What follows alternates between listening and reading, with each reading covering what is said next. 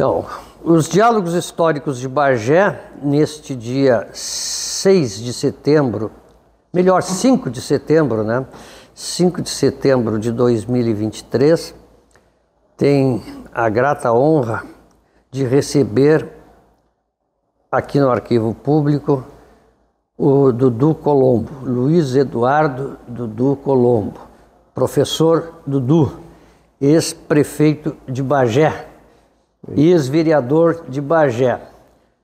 Claro que nós, prefeito, vamos conversar um pouquinho sobre a sua atuação política, mas nós gostaríamos de saber, esse é o propósito do arquivo, nos seus diálogos históricos, um pouco da história dos nossos entrevistados, desde o nascimento, desde as primeiras letras, onde nasceu. Porque fala no Dudu, só lembramos, o Dudu foi prefeito de Bagé, foi vereador, né? Mas aonde nasceu o Dudu, onde ele estudou em primeiro lugar? Então nós gostaríamos de saber, a partir do seu nascimento, algumas informações suas. Nos conte um pouco desse seu nascer. Perfeito, muito bem. Então, em primeiro lugar, antes de mais nada, lhe cumprimentar, né, professor Cláudio, nosso amigo. Sem dúvida, amigo mesmo. Que tem essa imensa responsabilidade aqui da gestão, né, do Arquivo Público Municipal. Lhe cumprimentar pelo excepcional trabalho que realiza durante esses anos todos que nós acompanhamos, e a comunidade é testemunha disso. Colocado, né, pelo senhor. A história é testemunha disso. Isso. Então, mais uma vez, aqui o nosso reconhecimento, né, obrigado. Ao seu belíssimo trabalho. Cumprimentar o William, que também está, o William Nunes, né, que está acompanhando e trabalhando junto aqui. Dizer que é uma grande satisfação participar deste programa, pelo mérito todo dele, né, do resgate da memória, da história, enfim, dos governantes de Bagé durante esta cidade bicentenária, né, e que tanta história carrega. E é evidente que esse registro ele acaba sendo fundamental para aquele conhecimento das pessoas, além daquilo que normalmente durante a gestão pública, não é? A pessoa se torna mais conhecida. Verdade. Mas então, começando pelo começo, né, como o senhor falou. Eu nasci no ano de 1962, portanto eu concluí agora em 2023, 61 anos de idade. Nasci em Quaraí, né, uma cidade fronteiriça da nossa região fronteiriça, são 250 quilômetros de distância de Bagé até Quaraí. E eu nasci, então, é uma cidade de fronteira, né, faz fronteira com Artigas, no Uruguai. E ali em Quaraí eu morei até os 17 anos. Fiz o ensino primário na época, primário. Né? Primário, depois o ginásio.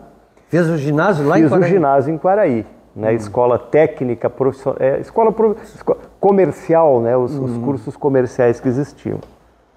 E aí depois, então, e ali a minha vida em Quaraí até os 17 anos foi estudando, né? E quando já um pouco maior, 13 anos, 14 anos, auxiliando o meu pai e a minha mãe no comércio. O pai tinha um mercado modelo, né? E aí, é claro, porque Quaraí é uma cidade muito comercial, não é? Assim como Bagé, tem no comércio uma das suas principais fontes, o motor da economia, né? E na relação com o Uruguai, naturalmente. Né? Cidade fronteira, né? Cidade fronteiriça, né? Tem o rio, né? Que separa. Que une e a ponte que une, a ponte da Concórdia. E ali eu fiquei, então, muito estudando e trabalhando na parte do comércio, na parte do mercado. Tanto em Quaraí, no mercado, como também levando, né, naqueles períodos melhores, né, que o peso estava mais alto, como agora. Agora, então, aquele era um momento bom, de muita venda, né, nós levando as mercadorias para o Uruguai e o Uruguai também vindo consumir muito no Brasil. Nós somos 6 irmãos, né? 6 irmãos. Todos homens? Não. 4 mulheres e 2 homens. 2 homens. Né? E Ainda tenho mais 2 irmãos do primeiro casamento do meu pai, né? E, enfim, a nossa vida era muito ali no comércio e no estudo. Em 1980, então, com 17 anos, eu fui morar em Uruguaiana para estudar no seminário, né? E o objetivo era ser padre Se mesmo. tornar padre. Né? Isso. A família era religiosa ou foi uma vocação sua, exclusivamente sua? A família da minha mãe, né, era muito religiosa. A família do meu pai não era chegada na religião. Né? E eu também me criei sem me aproximar da religião. Né? Mas aí, olha só que interessante.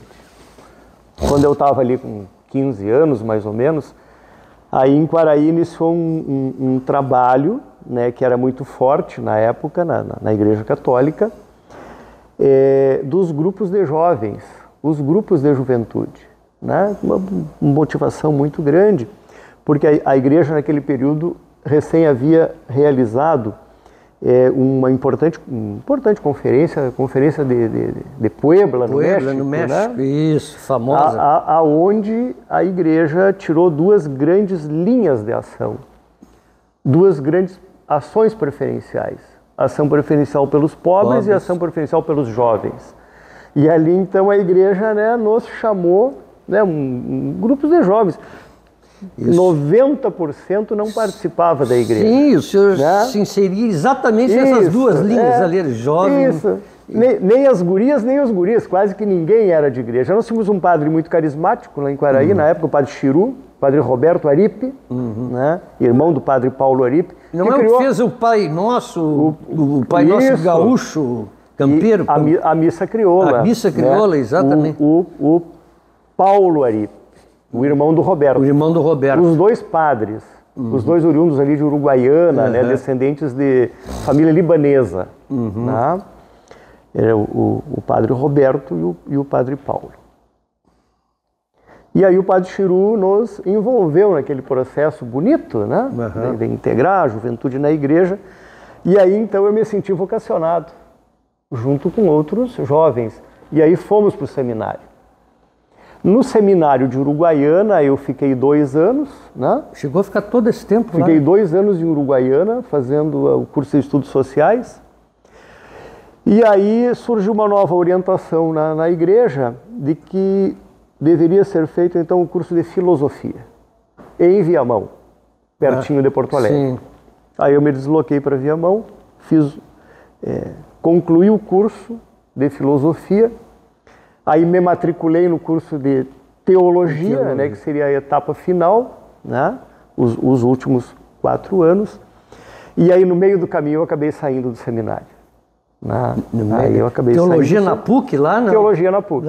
Que era na PUC, hoje é no próprio seminário. É no próprio seminário, né? Exatamente. Bom, aí depois saindo do seminário, e claro, eu me sentia muito vocacionado, né, por conta daquele apelo que a igreja fazia, né, principalmente a possibilidade de trabalhar com os jovens e trabalhar essa opção preferencial pelos pobres, né, pelos movimentos sociais, pelos segmentos mais marginalizados, enfim, sim, e mais necessitados, inclusive, do apoio da igreja, claro, por conta disso, né? Mas, enfim, eu acabei saindo do seminário, uma experiência excepcional para mim, né? Que eu não me arrependo, como eu digo, de ter entrado no seminário, né? Porque isso, claro, é evidente, né? A formação da área dos estudos sociais, a formação da área da filosofia e a leitura da teologia, porque nós fazíamos muita leitura da teologia, né? Especialmente dos teóricos, dos teólogos latino-americanos, né? Porque a igreja vivia um momento de efervescência com as comunidades de base, enfim. Então, ali no seminário eu pude conhecer grandes teólogos, né, contemporâneos da época, no caso, né? Claro. Então, como por exemplo o teólogo Leonardo Boff, né, Frei Beto, enfim, outros grandes teólogos, né, que procuram trabalhar a fé encarnada nas lutas do povo, né? E aquilo, evidentemente, que aquilo me ajudou muito, né? Me orientou muito, inclusive depois para poder fazer as opções políticas que eu acabei claro, fazendo. foi né? uma base, uma solidificação que deu para... Exatamente, eu diria que o fundamento, né? Depois eu acabei indo para a política por conta, né, de tentar fazer alguma coisa de transformação do mundo, né, de inclusão social. Em função desses ensinamentos recebidos dentro da igreja. Né? Essa foi, e dentro claro, dessa vocacionalidade de Puebla, né, que fez essa opção pelos pobres e pelos jovens, deu um alicerce fabuloso para... Exatamente, né? Uma construção muito bonita, né? E que provocou importantes transformações na América Latina, né? Porque vários movimentos foram criados, né? A partir daí, partidos políticos, movimentos de organização social, né? Essa base, né, teológica encarnada com a vida que foi criando esse ambiente de compromisso e de se acreditar na força, né? Na força do povo, né? Na força da organização do povo. Pois bem... E o que determinou essa saída do seminário? Pois essa saída, ela foi combinada com aquele... Nós vivíamos o fim da ditadura no Brasil, né? E um momento de muita ebulição também, tanto na sociedade como dentro da própria igreja, não é? E aí eu acabei ali avaliando, né, um pouco melhor aquelas circunstâncias, as minhas limitações também, né, e aí cheguei à conclusão, olha, eu acho que, né, o meu caminho é outro, né, não o caminho do sacerdócio, né, de ser padre, mas buscar outras formas de luta e outras formas de realização, né?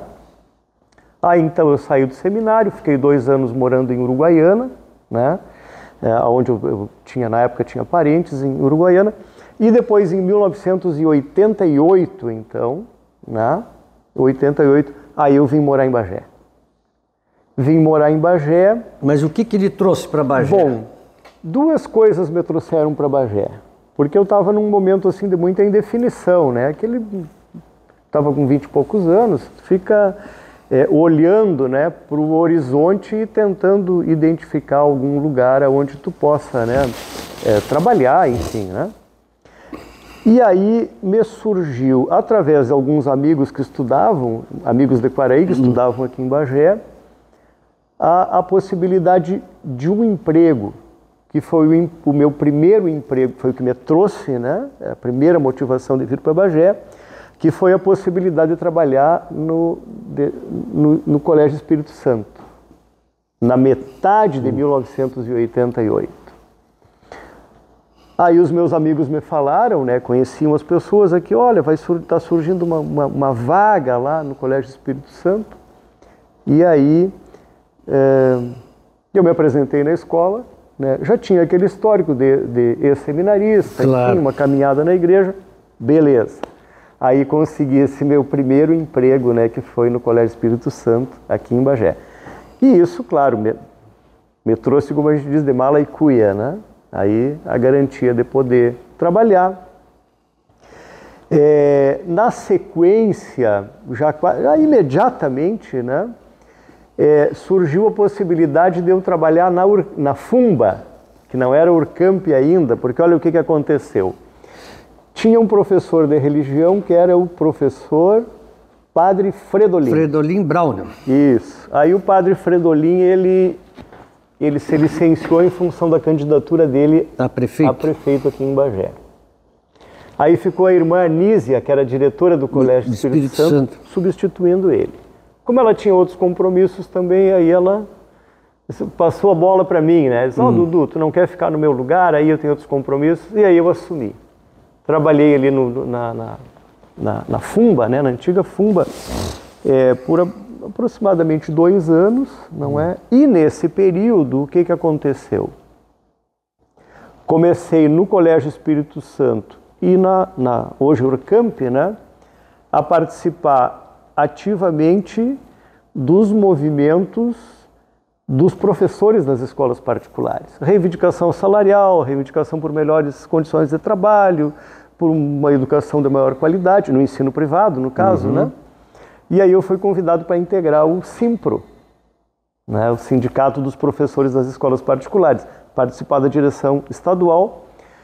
E aí, então, já teve a primeira eleição, entramos na chapa, um grupo de 4 professores aqui de Bagé, ganhamos a eleição do sindicato e aí então criamos com sede de funcionamento a delegacia do Simpro, a delegacia número 2, né, porque o Simpro ele tinha a sede em Porto Alegre e tinha regionais, e tinha a delegacia número 1, se não me engano era Passo Fundo, e aí então foi criada a número 2 aqui em Bagé, alugamos uma sala. Sim. E passamos a trabalhar. Então comecei, além de dar as aulas, atuando no movimento sindical.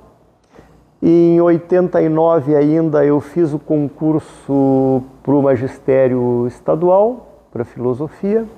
Passei no concurso. Aí eu fui nomeado, só que foi muito interessante, né? Porque o meu primeiro ano no estado, que foi em 90, eu fiz o concurso em Bagé, mas em Bagé não tinha vaga. Ah, sim. Só tinha vaga em Pelotas. Aí então eu me apresentei na delegacia, né, como era chamado, delegacia de ensino, de educação na época. A famosa DE. As DE. E aí assumi na delegacia de Pelotas, mas tendo que dar aula em Pedro Osório. No Cerrito, que era um distrito de Pedro Osório. Hoje já é município. É. E aí eu fazia o seguinte, então eu dava as minhas aulas aqui em Bagé. Segunda de manhã eu trabalhava aqui, aí depois, 1h eu pegava o ônibus em direção a Pelotas, ia até Pedro Osório, dava minha aula segunda-feira de noite, dormia na escola, dava aula terça-feira de manhã, terça de tarde folgava, dava aula terça de noite, dormia lá na escola. Assim eu passei 1 ano, né, dando as aulas e dormindo na escola. E aí na quarta-feira de manhã então eu voltava, pegava o ônibus Pelotas-Bagé e aí continuava meu roteiro normal de trabalho. Ao longo desse período também eu, por um tempo, pela militância partidária, já estava no sindicato, assumi a presidência do PT aqui em Bagé por um período, acho que se não me engano... Quando é que começou essa militância partidária? Já começou ainda no seminário? São 2 momentos, não é? 2 momentos. Tem o momento da luta não partidária, que era o período que eu estava no seminário, né? Mas que nós fazíamos a luta contra a ditadura. Sim. Né? Acompanhamos, né, através de lideranças excepcionais que tínhamos na igreja, por exemplo, Dom Ivo Loscheider, né, que era aqui de Santa Maria, Dom Helder Câmara, não é, um grande lutador, né, contra a ditadura, Dom Cláudio Umes também, que organizava os operários em São Paulo, né, e ali nós lutávamos muito contra a ditadura, né, inclusive participando naquela época das movimentações, daquela grande campanha, primeiro pela aprovação da emenda Dante de Oliveira, né, para que tivesse eleições no país. Não conseguimos, mas depois bem-sucedidos no movimento das diretas já. E aí, então, já fora do seminário, em 1987, aí eu me filio no PT. Né, aqui em Bagé. Em Quaraí. Em Quaraí. Em Quaraí. Né? E já vão lá, agora não lembro quantos anos, de 87 para cá, mas já é um carreiro de anos aí, né? Sim. E mais de 30 então, anos. Né, acompanhando os processos aqui, aí já morando em Bagé, né, 88, 89, 90, participando das eleições, para a prefeitura principalmente, mas muito na condição de militante, né? De cidadão.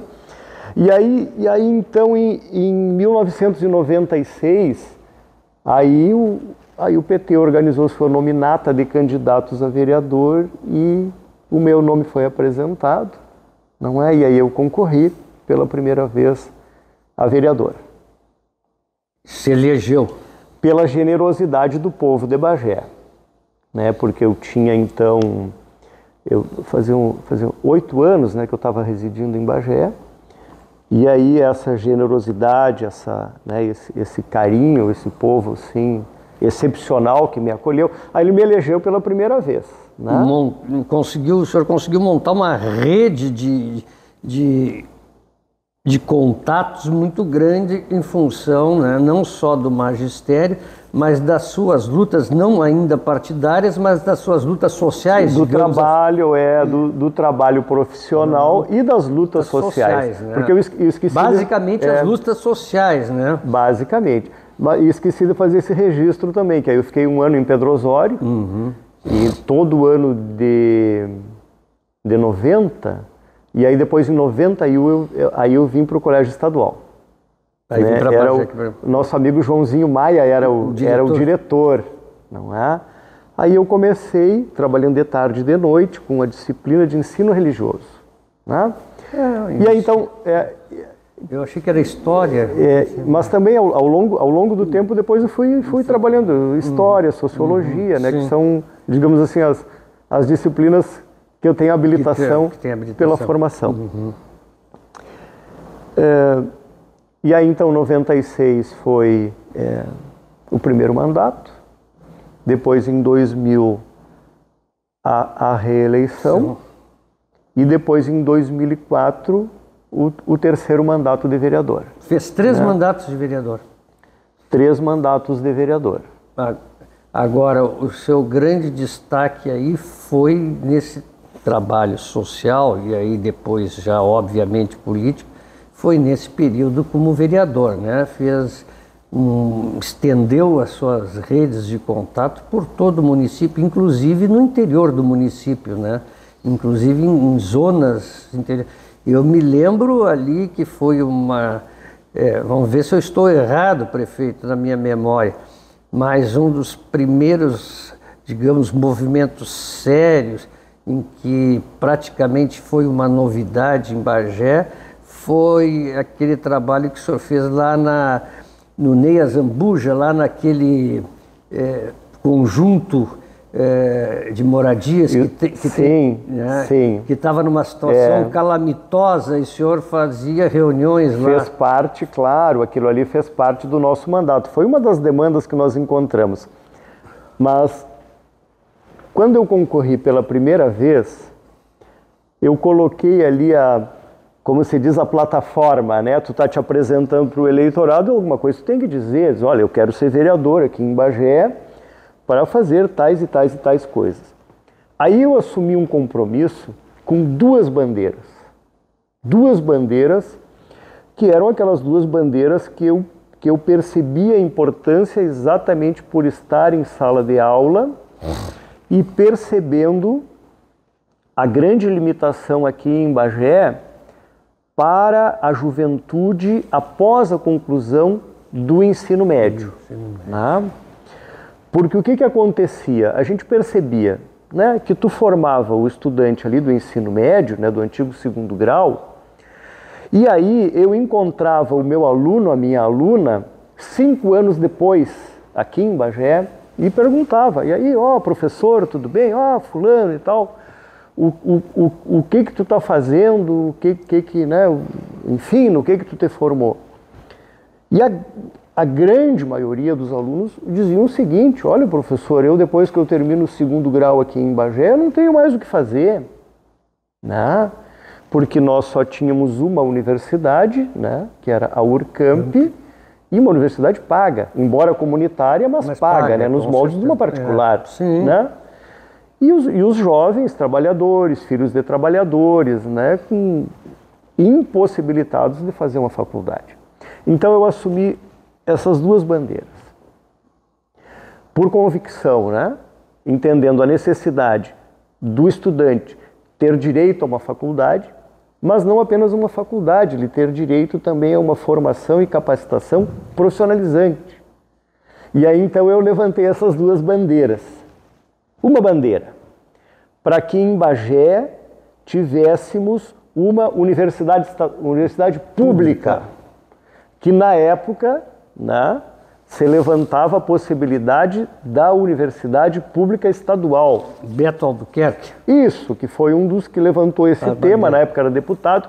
E o Rio Grande do Sul, né, era o único estado do país que não tinha uma universidade pública estadual. E aí levantei uma outra bandeira, por uma escola técnica profissionalizante em Bagé. Sendo eleito, digo, bom, agora eu vou ter que me virar, não é? E a turma, bom, o que tu vai fazer agora? Tu assumiu esse compromisso. Aí nós criamos na Câmara, né? Tem as comissões permanentes, né? Mas também tem as comissões especiais.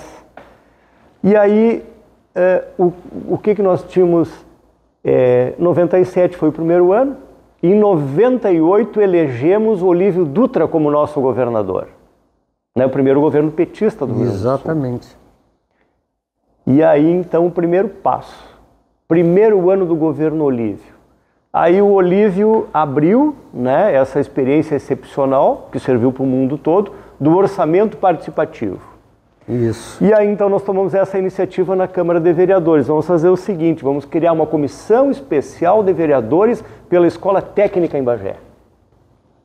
E aí uma coisa combinou com a outra, porque aí formamos a comissão com alguns vereadores, começamos a trabalhar, e aí o Olívio lança o orçamento participativo, e o que nós fizemos? Bom, isso aqui é uma demanda para o orçamento participativo. Mobilizamos a comunidade, nos articulamos com outros segmentos, né, que tinham outras demandas, por exemplo, os assentados ali da Ulha Negra, né, das proximidades, e eram demandas regionais. E aí fizemos uma, como é que se diz, uma aliança de interesses, né? Nós vamos lá e votamos por aqui, vocês votam por aqui, e combinamos com outros setores e conseguimos, na época, então, que a demanda da escola técnica em Bagé ficasse em primeiro lugar. Né? E aí qual era a realidade que nós tínhamos? Uma escola técnica profissionalizante, fechada, a escola Frei Plácido. Frei Plácido. Então, quando surgiu a demanda, né, a partir daquela mobilização, com a legitimidade do orçamento participativo, aí o Olívio, então, destinou os recursos e reabriu a escola técnica Frei Plácido. E aí conquistamos essa... Foi uma vitória, né? Aí deu um alívio, né? Acho que, bom, uma das promessas de campanha já conseguimos realizar. E como é para ver, né, quantos jovens já se formaram desse período para cá, e alguns dias atrás, e toda a comunidade aqui de Bagé, do Rio Grande do Sul e do país acompanhou, né, essa conquista que foi o reconhecimento do projeto dos alunos da Escola Técnica Frei Plácido, né, no evento da NASA. Da né? NASA, pois é. Da NASA. Tem história, né? Então, assim, ó, claro, aí a gente fica curtindo isso, né?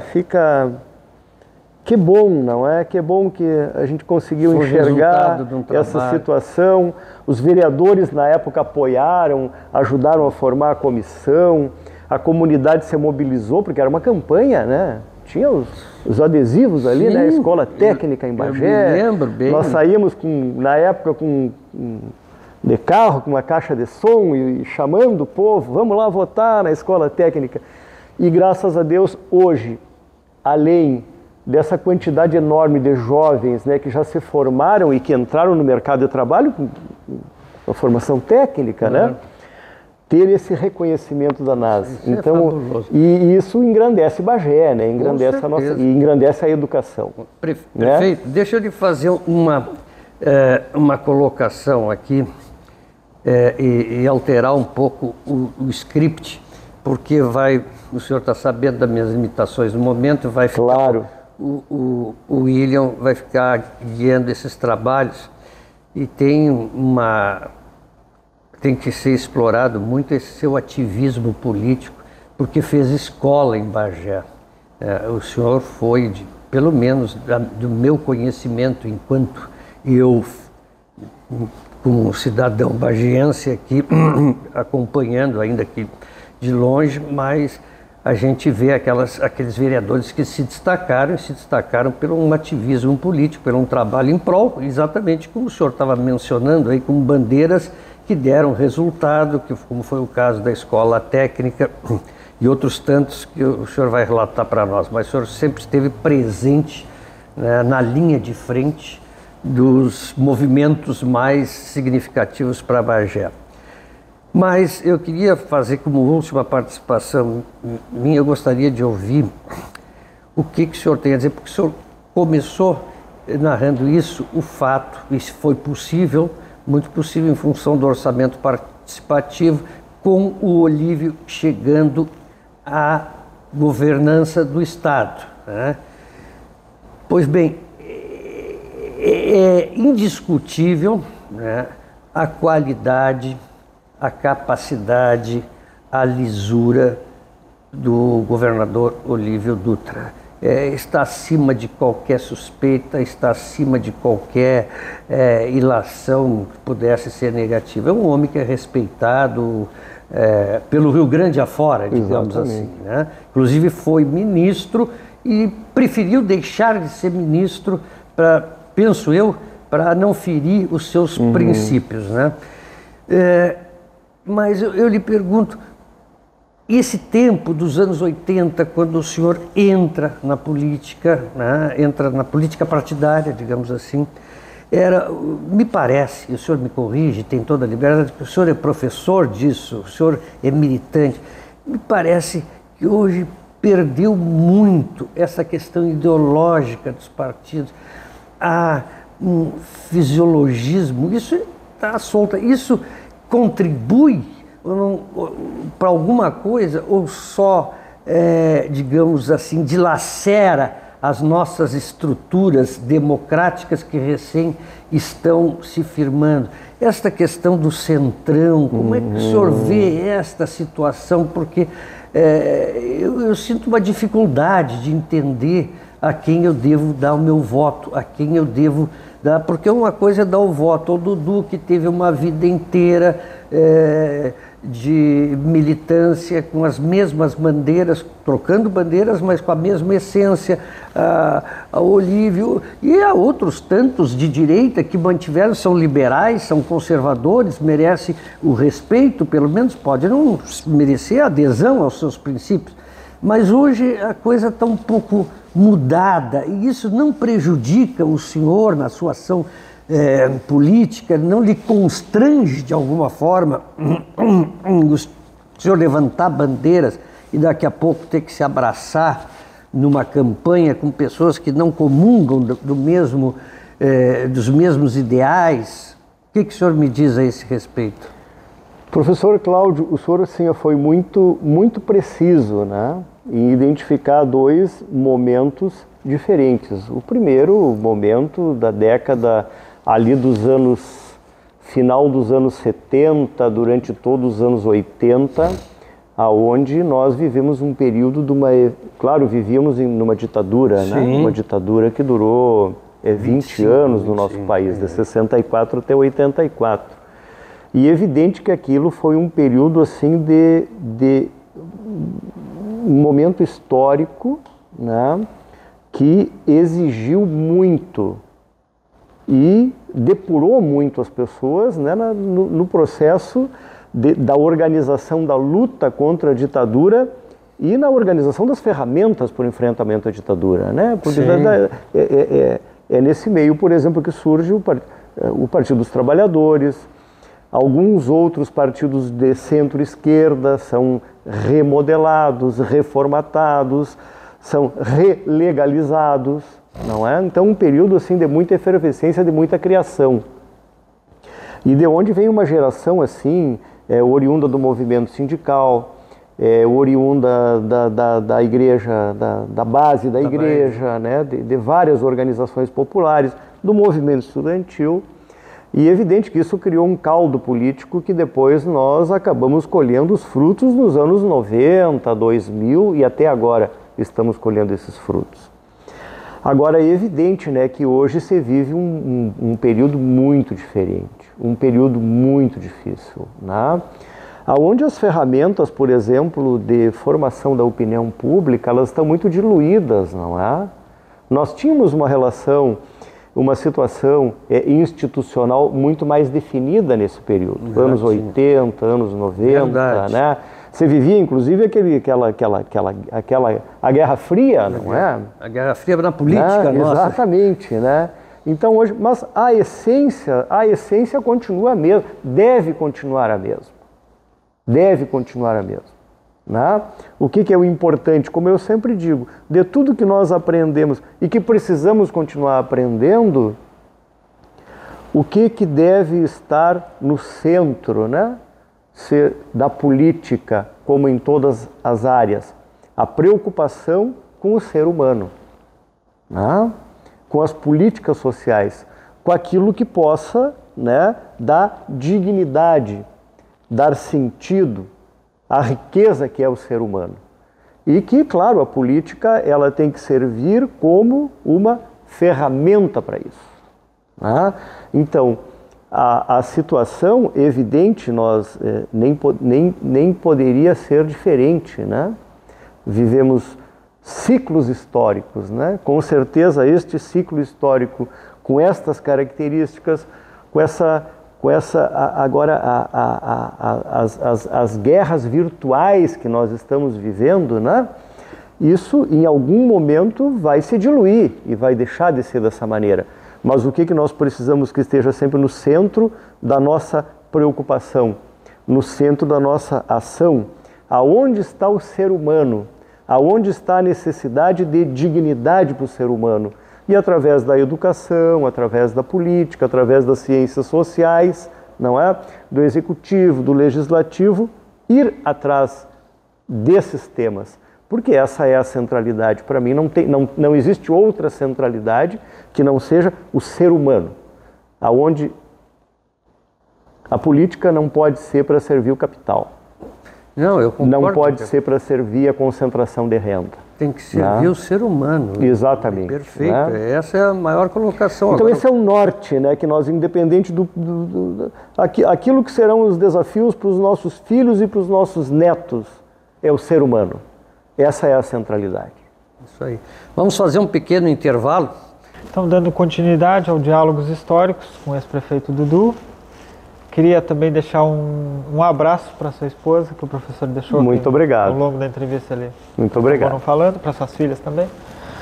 Bom, prefeito, eu gostaria de saber o seguinte, o que mais hoje em dia a gente vê na sociedade, com os jovens, é essa indefinição de qual lado seguir, ou qual lado, qual pensamento de futuro, né, de que área atuar. O senhor ainda está dando aula? Sim, continuo no magistério. Qual é a sua visão dos jovens hoje em dia na sala de aula? O que o senhor acha? Qual é o pensamento deles com relação a futuro, principalmente falando aqui de Bagé, em relação a futuro, a área do trabalho? O que o senhor acha? Qual é o pensamento deles hoje em dia? Essa é uma temática, né? A temática da juventude, uma temática maravilhosa de debater, né? A juventude é sempre... Né? Eu trabalho com a juventude, o meu trabalho, né, em sala de aula com a juventude vem em seguidinha que eu me formei, já comecei a dar aula. Sim. E depois tem aquele trabalho que eu havia relatado também, claro, né? Claro. Fazíamos com um grupo de jovens.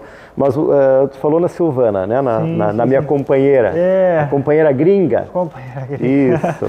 Né? Como ela é bem conhecida. Sim. O abraço, né? Muito obrigado pelo abraço, professor Cláudio. Saudação de vocês também, o carinho com a minha família. E essa parte nós não havíamos falado, né? Sim. Mas enfim, então a Silvana, né? É minha companheira. Nós conhecemos aqui em Bagé, né? Em 1992 nós conhecemos, né? Ela é bagense?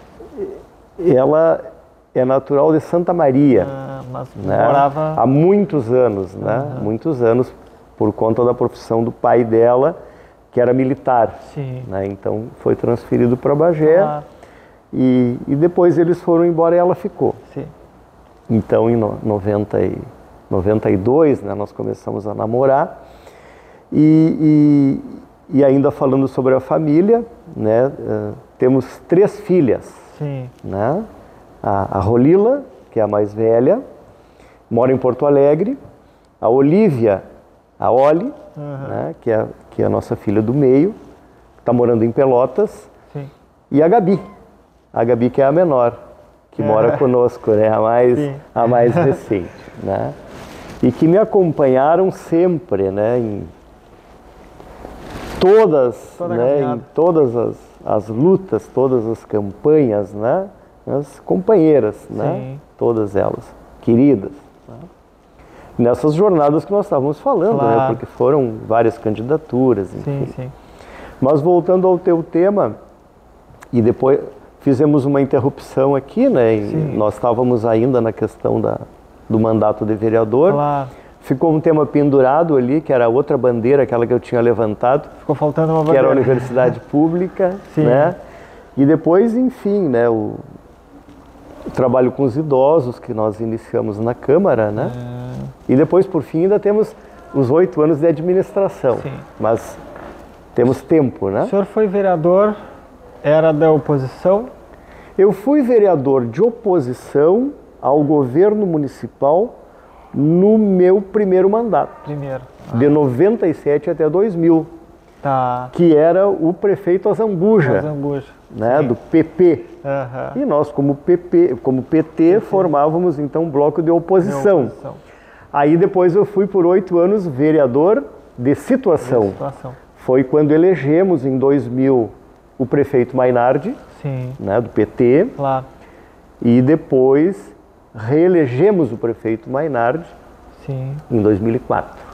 Portanto, 8 anos, né, de governo do PT. A situação na Câmara, claro, para a situação era mais confortável nos 2 mandatos do Mainardi do que no mandato do Azambuja. Tu sabe que tudo depende sempre da nossa capacidade de empenho no mandato, né? É evidente, eu me lembro, por exemplo, tu começa a lembrar, não é? Começa a lembrar aqueles primeiros 4 anos, não é? Naquilo que dizia respeito ao governo municipal, o que nos cabia é fazer a crítica, né? E encaminhar algumas sugestões. Né? Mas, claro, evidente, foi um período muito duro aquele, né? Muito duro, né? A situação do funcionalismo, você lembra aquele período todo, né? Sem receber os salários, enfim, né? E questão que depois começou a ser resolvida na gestão do PT, através do prefeito Mainardi. Mas o que retomando um pouquinho aqui essa nossa questão do mandato de vereador, né? Também eu acho muito interessante, assim, William, que o vereador, ele tem que cumprir aquele seu papel ali de fiscalizador, de crítico do governo, de apoiador do governo, quando é o caso e tal. Mas é muito importante também, e eu procurei fazer isso naqueles meus 4 anos de oposição, e depois dos 8 anos de situação também, o que dentro da comunidade que tu pode fazer que resulte em benefícios para a população. Porque tu vê bem, nós estávamos falando aqui agora com o professor Cláudio sobre a conquista da escola técnica. Veja bem, aqui nós éramos oposição, mas em relação ao governo do estado nós éramos situação. Então o que nós aproveitamos, né? Temos uma demanda, escola técnica, temos um governo estadual do governador Olívio Dutra que criou uma ferramenta chamada orçamento participativo. Então vamos levar a nossa demanda lá para o orçamento participativo para melhorar as condições de vida da população. Sim, os vereadores da situação apoiaram. Todos os vereadores apoiaram. Aí todos muito eles. Mais fácil, todos eles, né? Porque até no início, tu sabe, né? Na Câmara alguns estranhavam, né? O que o vereador Dudu está querendo formar uma comissão para lutar pela escola técnica, se a escola técnica é do Estado, não tem a ver conosco. Mas aí a gente faz aquele debate, né? Diz, não, só um pouquinho, o nosso papel aqui né? tem que ter a amplitude dos problemas sociais que nós possamos resolver. Sim. E aí então a gente conseguiu essa conquista. Claro. Já falamos sobre a juventude, mas para que não fique pendurado, né, aquela segunda bandeira que eu levantei, que era universidade pública, né, lá em 96, na minha primeira campanha para vereador, né, o compromisso, né, lutar pela universidade pública em Bagé, universidade estadual. E aí, efetivamente, o que aconteceu, William? Olha só. Em 98, foi eleito o governador Olívio. Em 99, ele colocou o orçamento participativo, levamos a escola técnica lá como demanda e conseguimos ela ser aprovada. O que aconteceu? Se já tínhamos sido bem-sucedidos para conquistar a escola técnica, vamos fazer a mesma coisa com a universidade pública estadual. Sim. Aí no outro ano lá, 98, 99, 2000, abriu o orçamento participativo, primeira assembleia, que eram assembleias regionais, lá estávamos nós, né? Sim. De novo, agora queremos universidade estadual em Bagé. Essa é a demanda. Sim. E efetivamente também acabou sendo muito bem votada, né? Porque aí não era uma demanda só para Bagé, articulamos com outras regiões, com outros vereadores, com outros políticos, enfim, olha, lutem aí pela universidade estadual. E claro, como era uma necessidade para a população, naturalmente também vários outros se organizaram em outras regiões do Rio Grande do Sul. Sim. E aí o que aconteceu? Conseguimos a universidade pública, a UERGS, para Bagé. Sim. Né? Que efetivamente também foi o primeiro caminho, não é? Para o jovem que terminava o ensino médio, que queria fazer uma faculdade, que não tinha recursos financeiros para bancar e que aí poderia, né? Começou com o curso de pedagogia inicialmente, né? Direcionada para o magistério, porque realmente não era uma mega estrutura, não era uma super estrutura, porque era uma universidade começando. E hoje, né, ela está aí dando seus frutos também, né, em todo o Rio Grande do Sul. Mas hoje a situação das UERGS eu não tenho acompanhado muito, não sei como esse governo estadual agora tem dado atenção. Olha, William, ela tem oscilado, não é? Ela tem oscilado. Uma coisa nós podemos dizer com a absoluta segurança. O governador Olívio Dutra criou a Universidade Estadual. Depois ela passou por várias crises em outros governos e o governador Tarso, nos 4 anos que ficou, também ele procurou depois dar a sua, né? Ele manteve a universidade e reforçou. Mas, pelo que se observa, não tem sido uma prioridade dos governos estaduais, com exceção, pelo que eu acompanhei, do governador Olívio que criou e do governador Tarso que fortaleceu. Isso é uma crítica que fica, né? Porque o governador de determinado setor, né, de determinada ala, cria, aí no momento que aquele lado, né, sai, aí eles meio que abandonam, acontece meio que um abandono, né, uma desmotivação. Exatamente, essa leitura, né, quando na verdade deveria ser uma política de Estado, uma política do Estado brasileiro, né? Assim como foi criada a Unipampa, né? A Unipampa não foi criada para ser uma política de governo, né? Do governo do presidente Lula ou da Dilma. É uma política de Estado, do Estado brasileiro. E é assim que eu entendo, né, que você deve proceder. A mesma coisa seria o Frei Plácido, né? Se fosse uma de governo, trocaria, né? Exatamente, claro, né? Exatamente. Mas o ensino médio agora eu tenho acompanhado, aconteceu algumas mudanças no ensino médio. Acho que até... eu acredito, não é? E aí, combinando com a pergunta que tu me fez sobre juventude, eu acredito que deverá haver uma reformulação no ensino médio, né? O senhor é uma pessoa até ideal para explicar esse ensino médio agora, mais ou menos porque muitos dizem que a história passou a não ser mais obrigatório. Como é como é que está várias, hoje? Várias disciplinas, que são aquelas disciplinas fundamentais para o aluno, para o próprio Enem, né, que acabou substituindo o vestibular, elas acabaram cedendo espaço para outras disciplinas, né? Por conta disso, hoje se observa uma carência muito grande daquelas disciplinas, né? Claro. Como a matemática, algumas ciências, a própria filosofia, que deveriam estar melhor contempladas. Por isso que eu acho muito importante esse debate aí que o governo federal está fazendo, né? Pela revisão do novo ensino médio. Mas o mais importante, o que é a maneira como isso deva ser feito. Claro. Porque o que aconteceu com essa reformatação que teve do novo ensino médio, não houve o debate com a sociedade, não houve o debate com os educadores, não houve o debate com os estudantes. Né? E aí foram coisas de governo. Foi imposto, né? Exatamente, e que agora está se colhendo os frutos, né?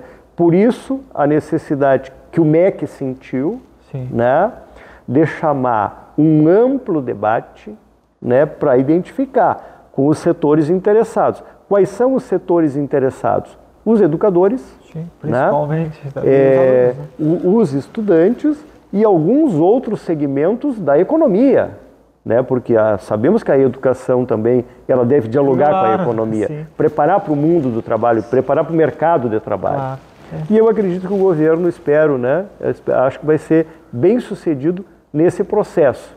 E daí é que poderão surgir as reformulações, né, no ensino médio. Mais consciência, né, mais abrangência. Exatamente, né, e que dialogue com a necessidade das pessoas. Assim como, por exemplo, o ensino profissionalizante, né, nós tivemos um incremento durante as primeiras gestões do governo do presidente Lula, nós não tínhamos praticamente ensino profissionalizante mais no país.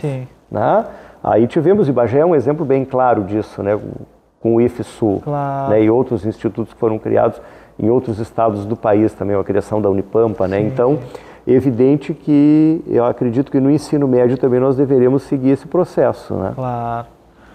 Agora uma questão, voltando ao assunto, e dando prosseguimento, o senhor já falou da sua infância, de como veio para Bagé, de quando veio, como vereador, e agora o do prefeito. Como acontece o do prefeito? Como é que surge a ideia? Quem lhe motivou? Quem lhe convidou? Como é que surge essa ideia do prefeito? Muito bem. Vamos ver então. Primeiro, dizer que o senhor participou da campanha do Maynard, né? Claro, com certeza. Sim, de todas as campanhas do PT. Como vereador e tudo. Claro. Aí surge o seu nome como candidato. No meu primeiro mandato eu trabalhei para que ele fosse eleito prefeito de Bagé. Depois, nos 2 mandatos, eu trabalhei fazendo a defesa do governo. E inclusive participando em alguns momentos, né? Como secretário de Educação ou como secretário de Atividades Urbanas. Né? Mas então, assim, nós vivíamos ali em 2007, 2008, um período muito positivo. Por quê? Porque nós tínhamos o governo do PT ali com 7, 8 anos no município e já tínhamos a experiência do governo do PT a nível federal, a nível nacional, com o Lula, né? O Lula reeleito já, inclusive. E evidente, né, que tinha aquela necessidade de dar sequência ao governo do PT. Né? E aí eu era vereador na época, né? E aí o debate flui, não é? O debate flui.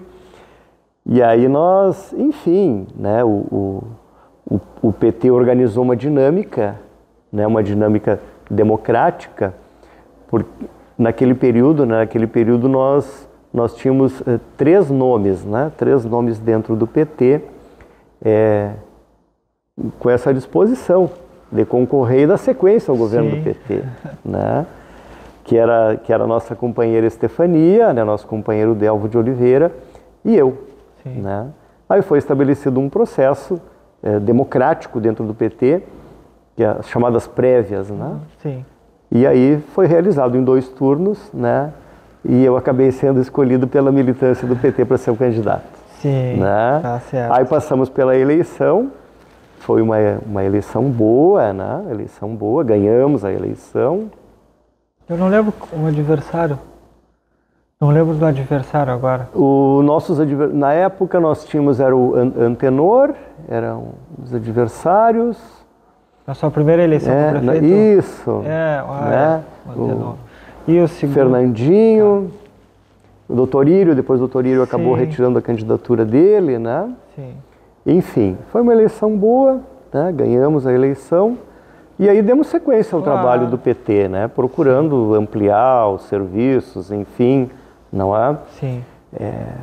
Criar algumas políticas novas em Bagé, né? Como a política do idoso, né? Que foi uma... Pois é, eu lembro, você também já tinha comentado desde o tempo de vereador e continuou como prefeito. Uma inovação que a gente trouxe para o município. Criamos a secretaria. Bagé se transformou numa referência para o país, né? Em política para o idoso, em vários reconhecimentos, enfim.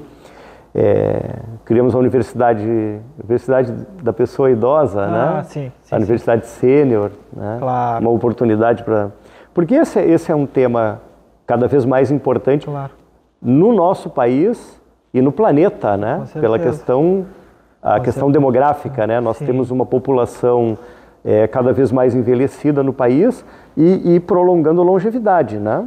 Hoje as pessoas vivem 20, 30 anos a mais do que aquilo que se vivia alguns anos atrás, não é? Não, eu gosto sempre de lembrar, até porque o meu trabalho aqui no arquivo é mais sobre a Câmara de Vereadores, então eu gosto sempre de puxar para como era a situação do governo na Câmara nos seus 8 anos ou nos 8 anos do primeiro do Mainardi. Era uma situação tranquila? Como é que era a oposição? Era uma oposição mais ferrenha?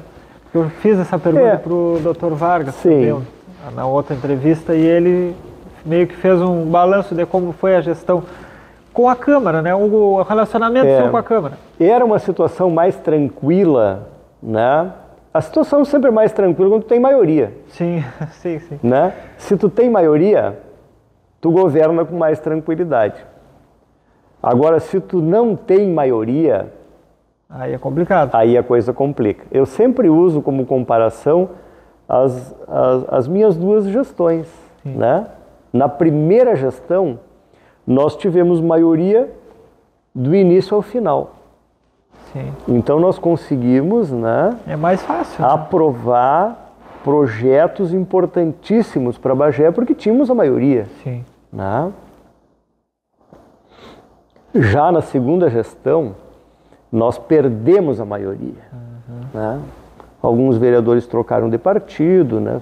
Mudou a composição. E realmente, os últimos 2 anos de governo foram muito difíceis. Por quê? Porque, bom, tu tinha projetos ali que ficaram tramitando na Câmara de Vereadores em 2014, 2015, 2016 para ser aprovado lá no final, né? Sim, aí fica engessado. Para te dar um exemplo, assim, William, até para algumas pessoas lembrarem, né? Nós tínhamos um problema seríssimo para resolver aqui em Bagé, que era a necessidade de regularizar os agentes comunitários de saúde. Sim. Não sei se tu lembra. Sim. Porque eles não eram concursados, né? E aí o Ministério Público, o Poder Judiciário, a Procuradoria, todo mundo exigindo do município que fizesse concurso, né? Sim. E inclusive sob pena de responsabilização, né? Claro. E aí eu me lembro, nós fizemos o projeto e esse projeto ficou 2 anos na Câmara de Vereadores até ser aprovado, até nós conseguir ter essa maioria, né? Então finalmente foi aprovado. Fica como apenas assim como outros projetos, né, que nós, enfim, não conseguimos aprovar.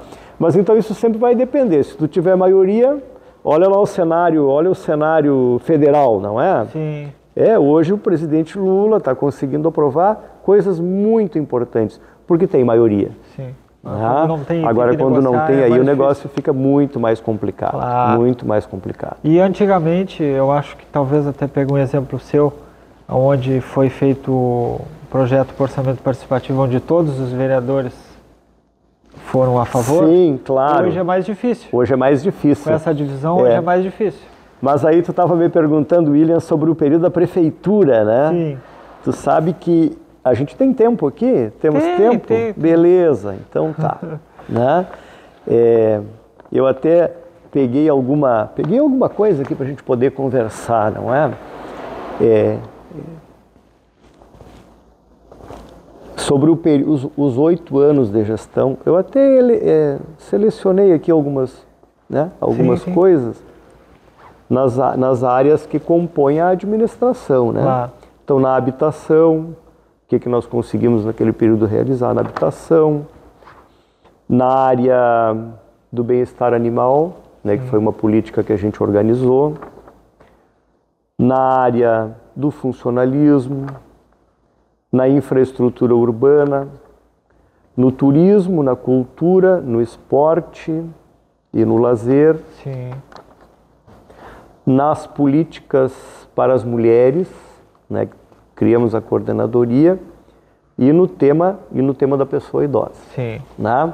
Então eu estou aqui à tua disposição para que a gente possa, se quiser seguir esse roteirinho aqui, podemos ir organizando esse roteiro. Né? Não, claro.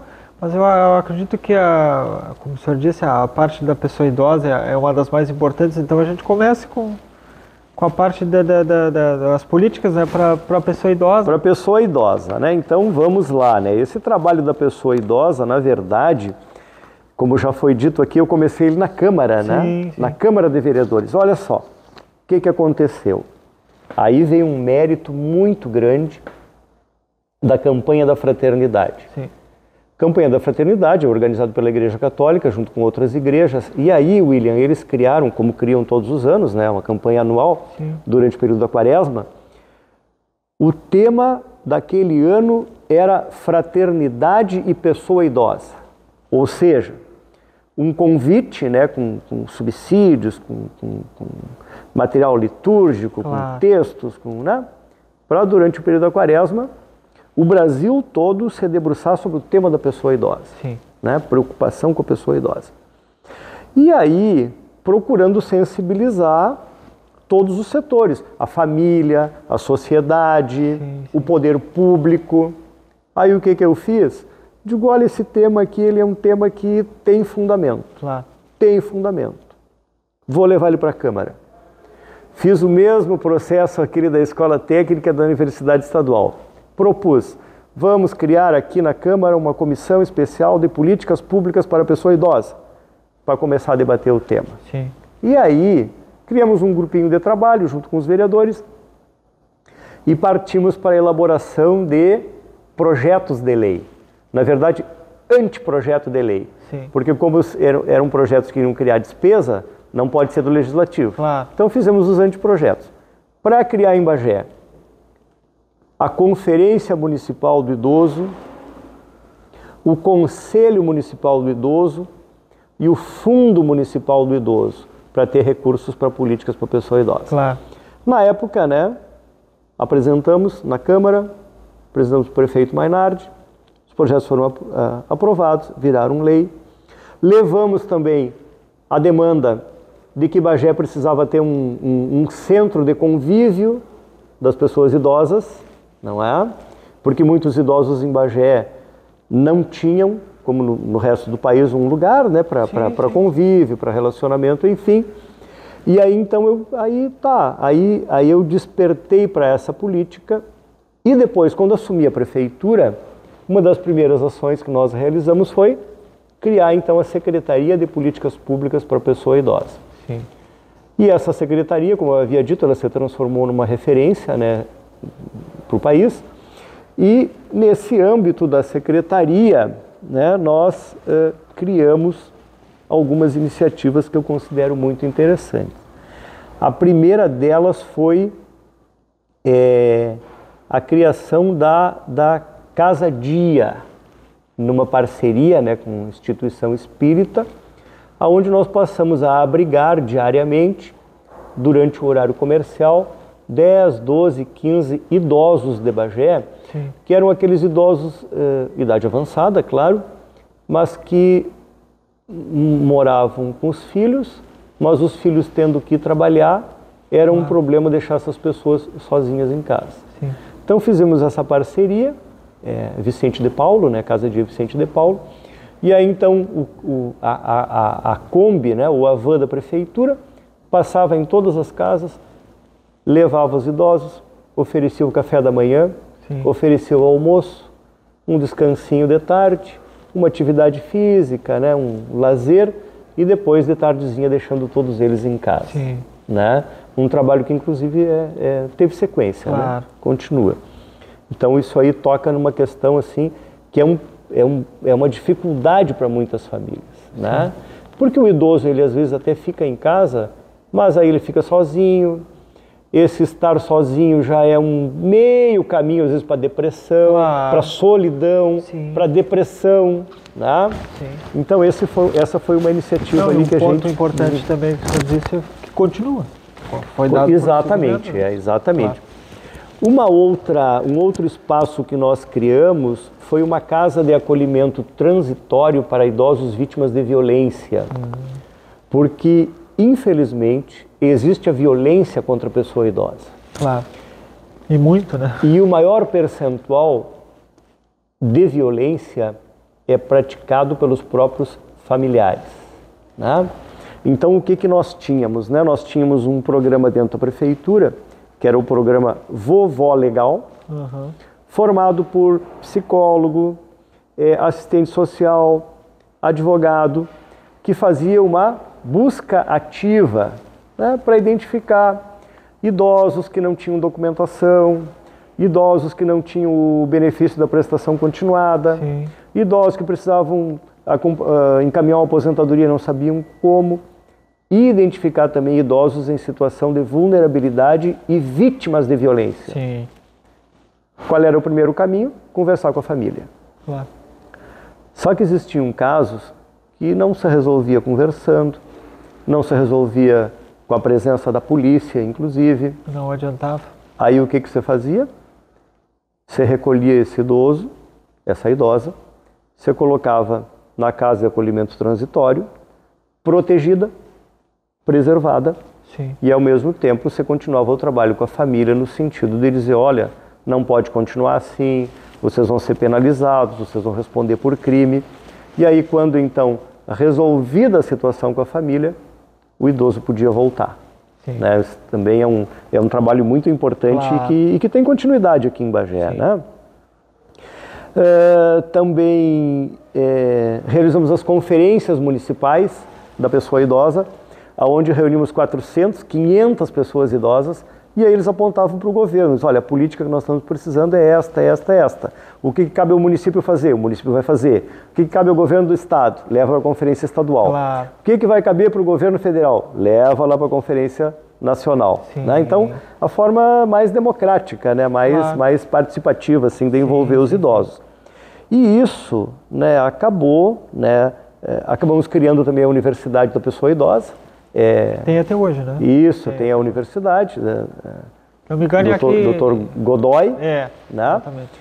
E aonde os idosos passaram a realizar múltiplas atividades. Ginástica, dança, aula de idioma, aula de educação financeira, yoga, enfim, artesanato, né? E preparação para a aposentadoria. Esse foi um outro programa que nós criamos na Secretaria, que era o chamado PREAP, Programa de Preparação para a Aposentadoria. Sim. Porque este também é um problema comum para a pessoa idosa, né? Claro. Se aposenta e não se preparou para a aposentadoria, aí já não tem mais o ambiente de trabalho, já não tem mais os colegas. Aconteceu com meu pai. Várias outras pessoas da faixa etária já se foram. Sim. E aí vai se fechando em casa, fica só olhando televisão, sentadinho no sofá, não é? E é aquilo que a gente diz, a situação de solidão passa a ser o primeiro passo para a depressão. Então, né, se criava esse ativismo, esse dinamismo, né?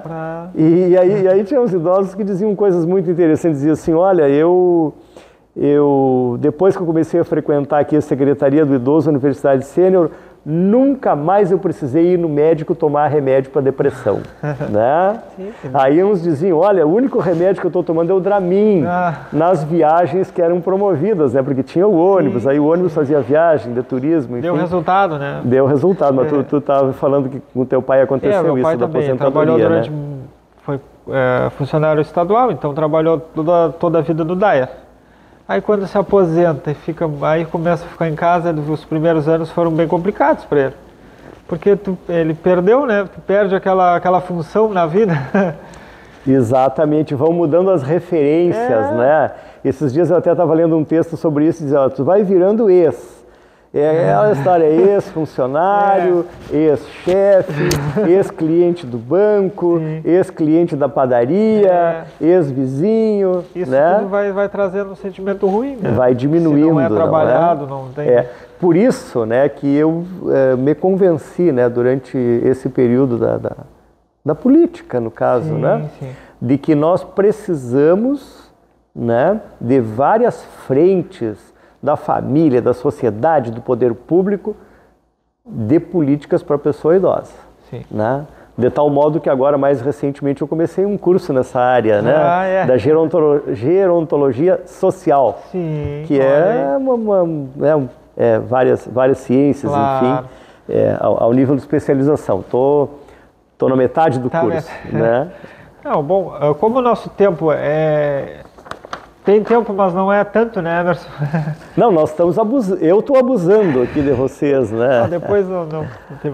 Só agora vamos então para outra ponta, para os jovens. Os jovens, esse tema aí que ficou... Depois tem uma pergunta final, mas aí o senhor exponha como foram tratados os jovens no balanço dos seus anos, desde vereador até o último ano. Exato. Na Câmara nós tínhamos uma comissão, inclusive, né, foi uma proposição minha, de políticas públicas para a pessoa idosa. Na época participava o vereador Paulinho, o vereador Bob, né, onde nós várias vezes fomos a Brasília reivindicar cursos de formação profissional para a juventude. Né? E, inclusive, vários daqueles cursos acabaram acontecendo aqui em Bagé. Né? Depois, na Prefeitura, nós criamos a Secretaria, né, da Juventude, Esporte e Lazer. Tivemos 2 secretários lá, tivemos, né, figuras públicas, né? O Paulinho e o Lelinho. O Lelinho foi nosso secretário lá da Juventude, né? E hoje é um grande vereador, né? Faz um trabalho... um trabalho excepcional na Câmara de Vereadores, né? Mas é evidente que os dias de hoje, como sempre, né, impõem vários desafios para a juventude. Vários. Na área do trabalho, na área da educação. A área da educação hoje é um grande dilema, né? Como nós falávamos na necessidade da reformulação aí do atual novo ensino médio, né? Que é novo, mas que, né, tende, mais problemas do que... na minha opinião, tende a não perdurar. Né? Acho que precisa sofrer essa modificação. Mas sempre são muito grandes os desafios, né? Muito grandes, principalmente naquilo que diz respeito tanto à formação na área da educação, como na preparação para o mundo do trabalho. Que é um mundo novo e é um mundo dinâmico, e aonde em boa parte aquela preparação tradicional ela já não tem mais vaga, né? Não tem. Porque o mundo do trabalho ele mudou substancialmente nos últimos anos, né? Nem nas últimas décadas, né? Com certeza. Aquilo que se exigia do jovem, né? Eu conto para os meus alunos, né? Quando eu era adolescente, o que a pessoa precisava fazer? Primeiro, além de estudar, fazer o curso de datilografia. Não é? Estou preparado porque aí eu vou trabalhar numa contabilidade, vou trabalhar num escritório, vou trabalhar numa loja. Hoje tu pode ser não é da datilografia, mas no computador, mas tu não tem o teu emprego garantido. Porque a necessidade de especialização está cada vez maior. Então, são grandes desafios que tem para a juventude, né? Tanto na área da educação, como da preparação para o mundo do trabalho. Claro.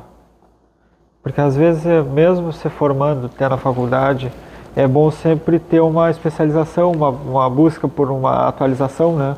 Um conhecimento maior. Porque às vezes só com a faculdade Exatamente. não é mais a hoje garantia. É o mundo da especialização. Vale para a juventude a mesma regra que vale para os profissionais liberais, autônomos. Vamos pegar, por exemplo, assim, comparando, né? O médico. Voltando, né, a minha infância e a minha adolescência. Sim. Nós tínhamos lá em Quaraí o médico.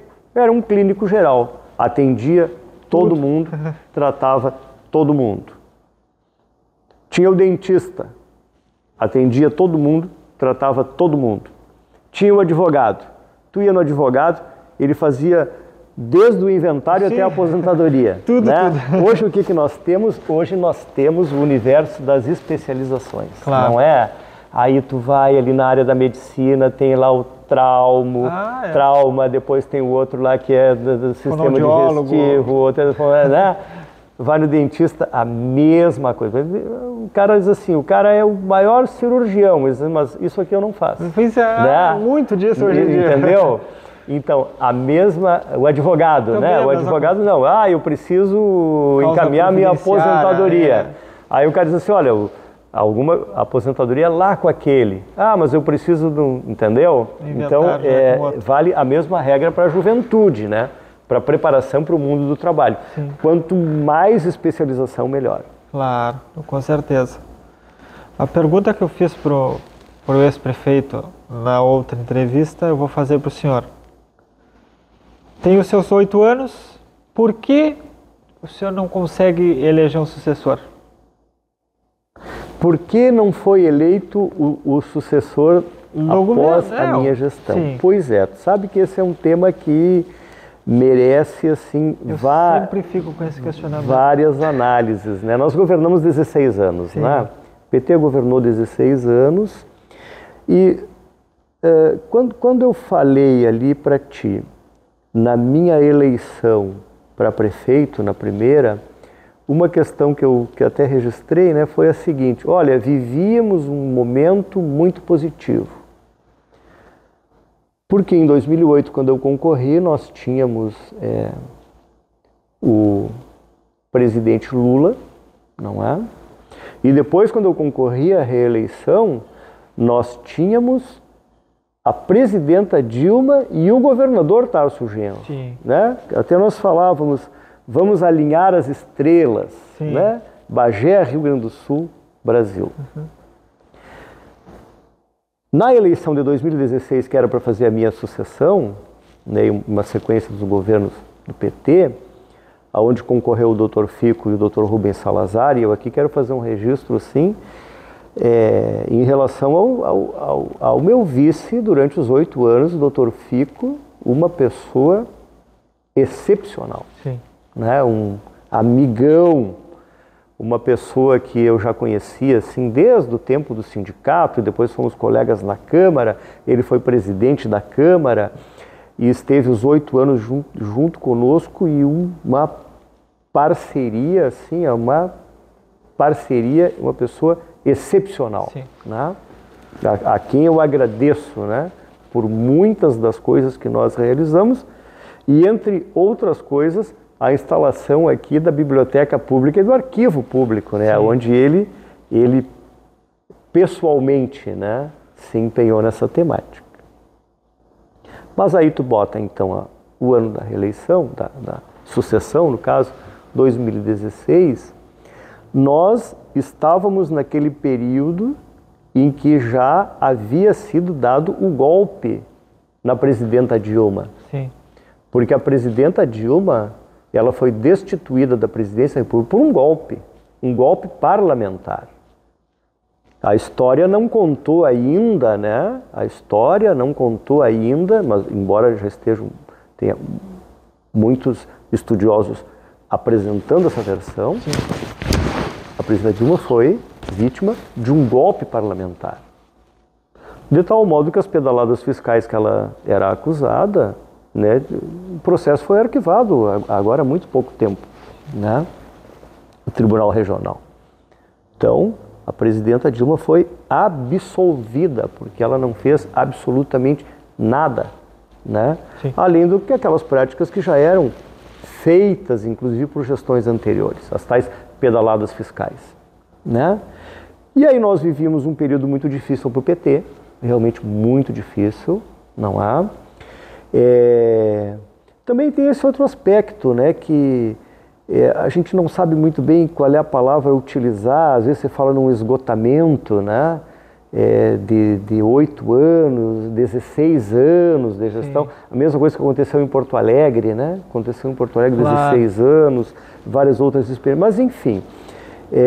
Mas realmente eu acredito que em grande parte, né, aquele era um momento de muita resistência aos governos do PT e do PCdoB e do PSB e dos partidos que caminhavam junto conosco. Sim. Né? De tal modo, né, que assim como nós não fizemos a sucessão aqui em Bagé, embora, né, com 2 candidatos que são pessoas excepcionais na política, o Dr. Fico e o Dr. Rubens Salazar, sim. Ao mesmo tempo, logo ali na frente, por conta desse ambiente, né, o Bolsonaro se elege presidente do Brasil. Sim. Né? Que era algo que um ano, 2 anos antes ninguém podia imaginar. Né? Então primeiro esse rescaldo, né? Esse rescaldo, claro. da rejeição ao PT, né? E realmente aquele ano de 2016 não foi um episódio exclusivo de Bagé. Nós tínhamos Santana do Livramento, perdemos. Nós tínhamos aqui na região São Gabriel, perdemos. Tínhamos Ulha Negra, perdemos. Sim. Tínhamos várias outras prefeituras, São Leopoldo, né? Perdemos. Né? Uhum. Então, a nossa derrota eleitoral em 2016, a não continuidade dos governos do PT e dos nossos aliados, não foi um episódio isolado, né? Mas um episódio dentro de um contexto que realmente o PT estava em baixa, não é? E toda aquela linha na Grande Porto Alegre, perdemos ali também, claro. Várias prefeituras, perdemos Novo Hamburgo, perdemos São Leopoldo, perdemos Sapucaia, foram várias. Efeito dominó, né? Efeito dominó, exatamente. Um ambiente partindo daqui, né, e que permite, inclusive, entender o fenômeno que foi a eleição do Bolsonaro. Sim. E que deu no que deu, né, que está todo mundo vendo, né, sim. O que aconteceu nesses 4 anos, claro. Que antecederam a eleição do presidente Lula. Eu acho que, para encerrar, ainda a gente só tem a agradecer, né, ao senhor pela presença e dizer que o arquivo está sempre de portas abertas para receber o senhor, sua família, e agradecer mais uma vez a sua presença. Beleza. Eu que agradeço para vocês. No fim, esse problema de modular o tempo não é fácil, né? Realmente, né? Então, assim, sobre o governo, na verdade, nós acabamos falando sobre uma política, né? Do idoso. Não falamos sobre educação, claro. Não falamos sobre habitação, bem-estar animal, né? Mas com certeza, numa outra oportunidade, a gente pode trocar uma ideia sobre isso, né? Porque tem coisas muito importantes que aconteceram aí, né? Principalmente na área da educação e da habitação, entre outras, né? Tá certo. Sempre é importante, né? Mas infelizmente devido ao tempo. Pelo tempo, né? Isso. Tempo nós temos, não temos o horário. Né? O horário que nos aperta. Tá bem? Mas olha, William, o nosso amigo aqui, o Emerson. Oi? O Emerson, né? Muito obrigado aí, parabéns aí pela condução do trabalho também, né? Professor Cláudio Lemezek, toda a sua equipe, né? Meu agradecimento, junto com aqueles amigos que a gente tem também, né? Com certeza. Que participaram sempre. Foram 20 anos, né? Claro. Para mim foram 20 anos na política. Sim. Né? E graças a Deus, como eu digo, teve coisas que a gente não conseguiu fazer. Sim. Completamente. Teve coisas que a gente fez pela metade e teve algumas coisas que, graças a Deus, a gente conseguiu fazer e graças à generosidade, né? ao carinho e à confiança do povo de Bagé, durante esses 20 anos, né, conseguimos encaminhar. Claro. Conseguimos fazer algumas coisas, como foi conversado aqui Com certeza. nessa fria manhã de hoje. Tá certo. Muito então. obrigado.